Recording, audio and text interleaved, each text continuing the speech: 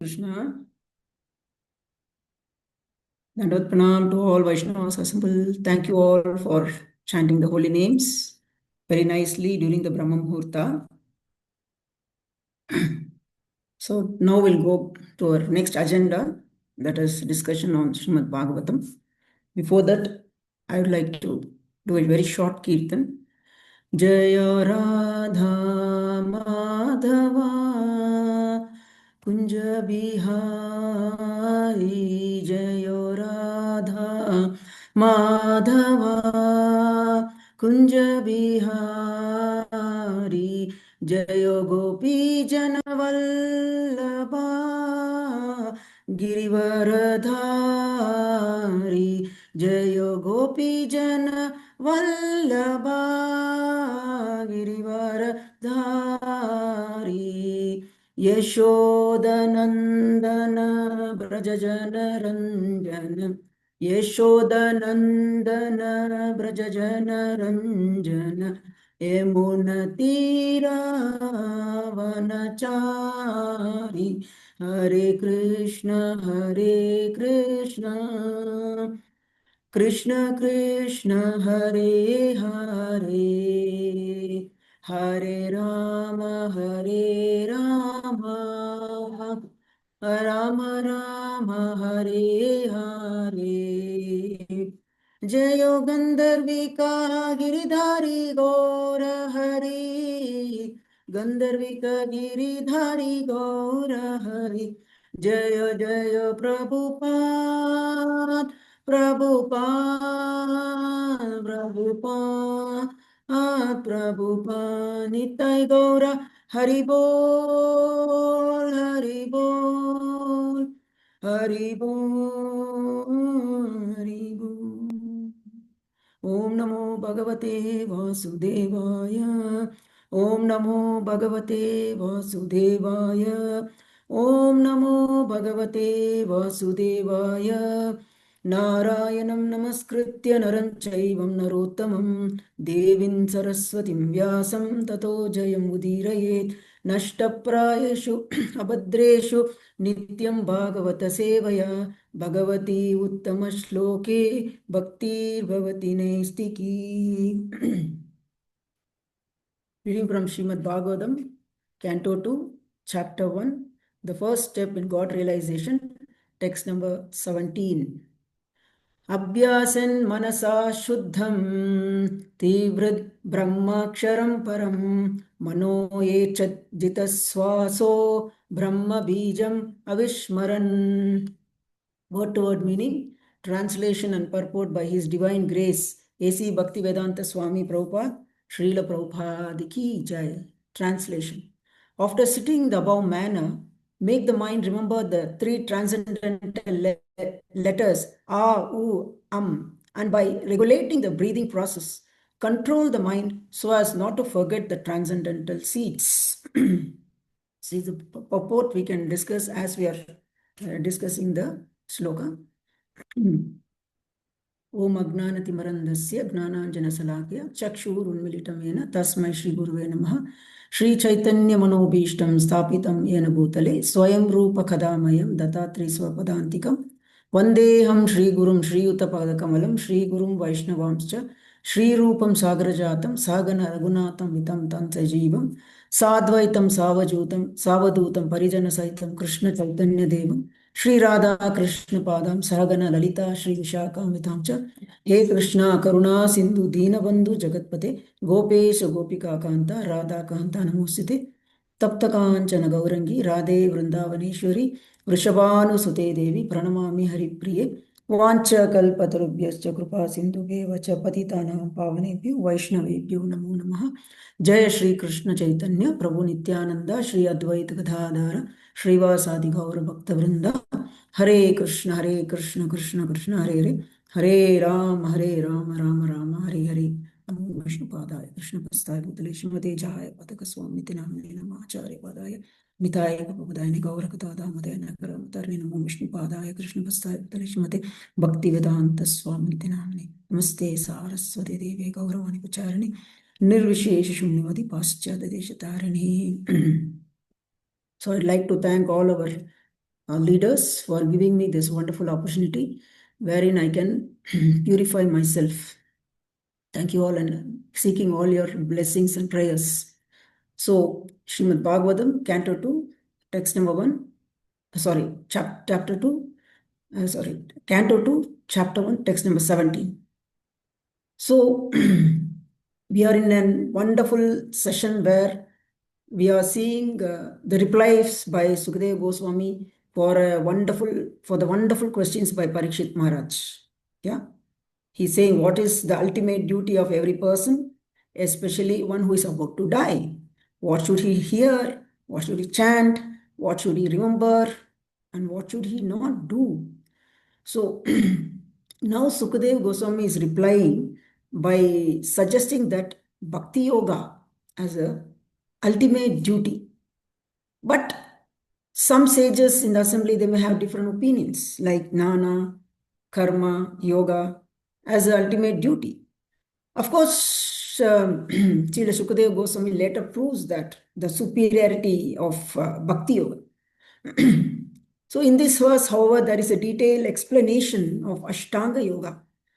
However, in all the purports of Bhagavad Gita or any other scriptures, Srila Prabhupada ensures that the supremacy of Bhakti over Ashtanga Yoga and any other processes available. So these few verses are a series of instructions for a person who is going to die. These are yogic methods. And hence, these instructions are very applicable to wide variety of people and not only necessary for devotees. Therefore, we should have a general practice which is similar to yoga. So this Ashtanga Yoga, it speaks about how to do it, to find a suitable place without any people around, sitting in a very peaceful atmosphere after, purifying oneself, taking baths, and then start doing pranayama, regulating the breathing process and chant Om. So as Srila Prabhupada has mentioned here, if we actually accept the form of the Lord is a person, and chant his name, it's very good. Still, when one is preparing for death, he has to at least control the mind and start making the mind spiritual to some degree. So that's why we have so many general indications here. So in this particular verse, we have a person controlling the breath. Jita swaso. Swaso means breath, and jita. And jita means to conquer the breath, which is similar to pranayama. Yama means control, and prana means breath again, controlling the breathing process. So, this is of course important in one way because the yogis understood that if one controls the breathing and regulate it, it has a very interesting effect, and that the mind becomes very peaceful. But the opposite is if the breathing is irregular and the mind is also agitated. So if one can control the breathing and bring it down to a very regulated, slow rate, then that puts the mind also in a very slow state. This is a physical way to control the mind simply by controlling the breath. So if we can simply sit and do pranayama, that we can control the mind. Simple technique. So the yogis understood the relation between breathing and the mental activity. So they slow down the breathing and regulate properly. In this way, the mind becomes very peaceful or not getting all sorts of material thoughts. That is the basic idea behind controlling the breath. Having controlled the breath, we control the mind. Controlling the mind means that we are able to direct it as we want it, not out of control. So most of people have problem controlling the mind even while chanting the Hare Krishna Mahamantra, Japa. As we are thinking the mind takes us everywhere. It drags us to so many things. So in Bhagavad Gita, in fact, in 6.34th shloka, Arjuna is saying, Chanchala hi manah Krishna. So Arjuna is saying, very difficult to control my mind, oh Krishna. I can even control the wind. I have a weapon by which I can control the wind, but definitely I cannot control my mind. And Krishna also says the mind In another shloka, Krishna says the mind is, is your friend, or your mind is also your enemy. When it becomes your friend, it becomes your friend when we control and make the mind go where we want it to go. And if we cannot control, then it goes where it wants to go. It becomes our enemy. So, again, Bhagavad Gita 6 chapter 6th shloka says, Bandhur Atmanas Tasya. So, for him who conquers the mind becomes his best friend. For who has failed to do so, his mind will remain the greatest enemy. Right? So, if we control the mind and make it go where we want it to go, directing nicely to spiritual goal, then it's fine. Mind is useful for attaining spiritual goal. So, we have to bring our mind to control somehow or other. And of course, our Arjuna, he protests. He's saying, it is very difficult to control the mind. Mind goes where the senses go, and the senses retracts to sense objects. Like, example, the boat in a storm pushes the boat here and there. Like that, the mind goes. So, Krishna understands that. He says it's true, and it's very difficult to control the mind. But then he says, if you cannot control the mind, then we cannot do anything. So we have to control the mind, particularly if we have to advance spiritually. Now, how to control the mind? Then how to control the mind? Krishna says in Bhagavad Gita, he's giving the answer. In 36th chapter, 35th sloka, Krishna is saying, Abhyasena tu kaunteya, vairagyena cha grihyate. Krishna is saying, by suitable practice and by detachment, it is possible to curb the restless mind. Abhyasa means to repeat what we do, think over and over again. So by that we can control the mind. So that is why by yoga they practice. Every day they have to repeat pranayama to get the body used to breathing in a certain way. And thereby mind gets used to the whole practice. So we as sadhakas, we also do the same thing when we do bhakti, repetition. We chant 16 rounds of japa every single day, no holiday for chanting japa, practicing to get the mind to control. So in this verse, Srila Prabhupada explains in the purport that we do not destroy or we do not stop the mind, we do not stop the desire, but redirect it in a way in which the mind and desire act according to our will. So we don't stop the mind from thinking, but stop its habit of thinking in a certain way. We direct the mind differently. And this is possible only by repeatedly chanting the holy name, Hare Krishna Maha Mantra. So, coming back here, so here the yogis practice controlling the breath, mind, etc.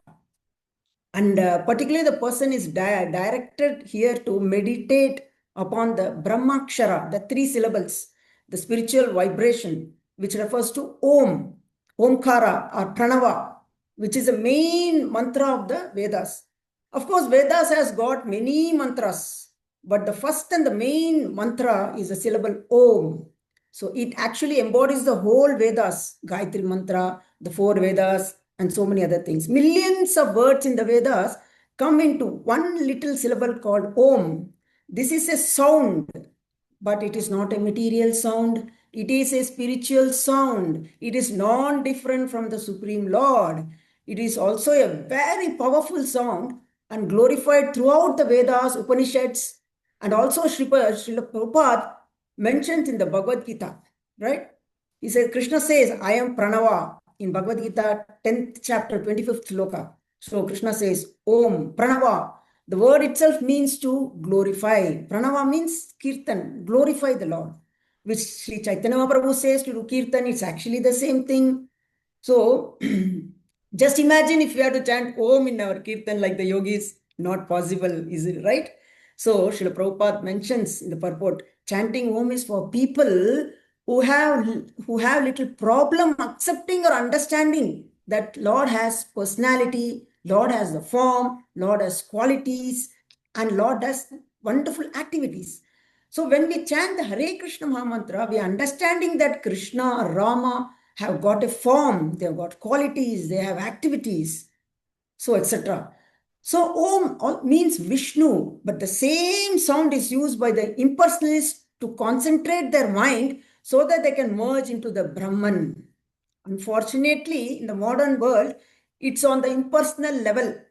So people popularly chant this with the understanding or meditating on the supreme impersonal Brahman and merging into the Brahman when they utter this word. Actually, it means Vishnu and he is personal. So, can we chant the Om? We could, because if we take it as Vishnu as a person, many people are chanting for impersonal reasons. And the other reason, of course, is that, as is mentioned here, this Om should not be loudly chanted.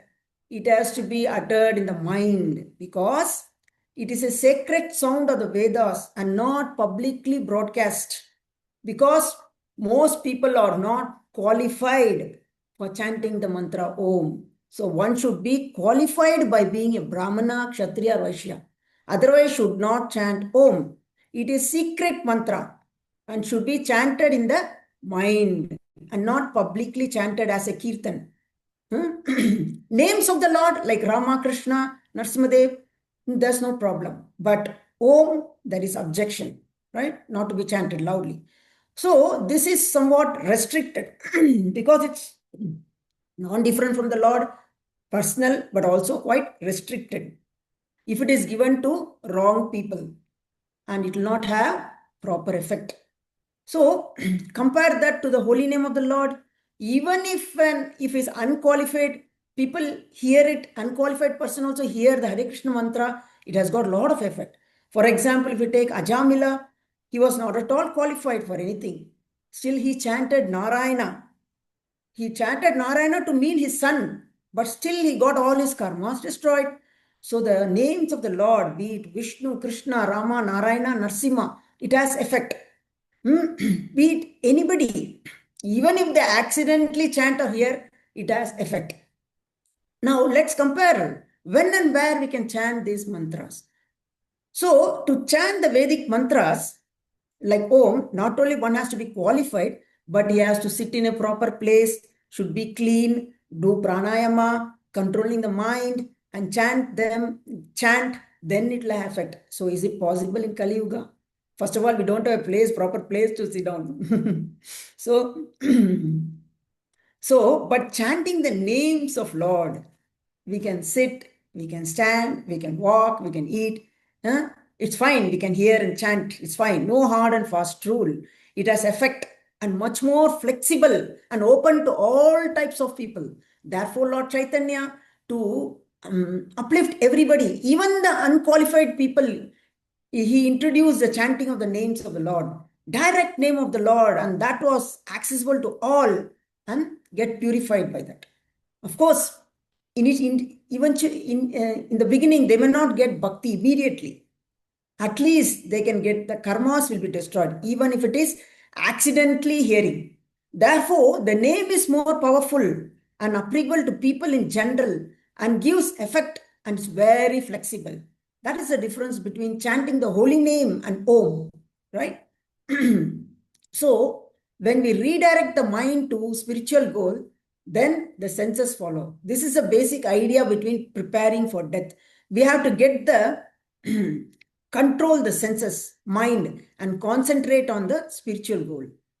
So in case of yogis, let them chant the Om, and they cannot accept the form of the Lord, let them concentrate on merging on the Brahman. But as devotees, we have to simply chant the holy name of the Lord, concentrate on Lord Krishna, then we get the best result from that. Now, let us see why we need to chant the holy names. Here, the little bit of glories of the holy name. So, Srila Prabhupada always says this and quotes Sri Chaitanya Mahaprabhu's Namna Makhari Bahuda Nija Sarva Saktis. So, in the transcendental holy name of Krishna, there is all potency, as Krishna has got unlimited potency. Similarly, the holy name also has unlimited potency. There are so many unlimited names of Krishna, and Krishna is the chief name. The beauty is Niyamita Smarane Na Kalaha. There is no hard and fast rule for chanting these names. Anytime we can chant the holy name. Anybody in any circumstances can chant the holy names. His Grace Gaurav Darshan Prabhu was mentioning that only when we chant more rounds, we will understand and develop the taste of holy name, which will enable us to understand, enjoy the Rupa Guna Leela of the Supreme Lord. All these three will manifest in our hearts. So focus on the holy name and don't focus on the problem. So His Holiness Haladhar Swami Maharaj was saying that if you it just if you send a SMS to Lord Brahmaji, he will also say that he has a problem. So don't focus on problem, focus on the holy name.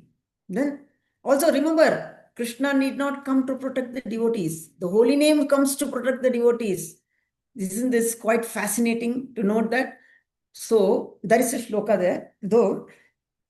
Agre kurunam ata pandavanam dusyasane hrita vastra kesha Krishna tadakraso ananyanata Govinda damo dharamadaveti. So, when Draupadi needed help, when Gajendra needed help, when Parikshit Maharaj needed help, whenever and wherever the devotees need help, they call out the holy name.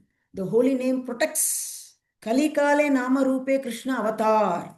So he does take avatar, but in the form of holy name, to protect the devotees. So there is a wonderful bhajan which I'm remembering, glorifying the holy name. And there are 8 verses. It is also called Kevalashtakam. The author is Nilakanta Goswami, and it is a Sanskrit song. So I would like to recite just 2 verses. So it goes like this. Maduram madurebhyopi mangalebhyopi mangalam pavanam pavanebhyopi harirnameva kevalam harirnameva kevalam.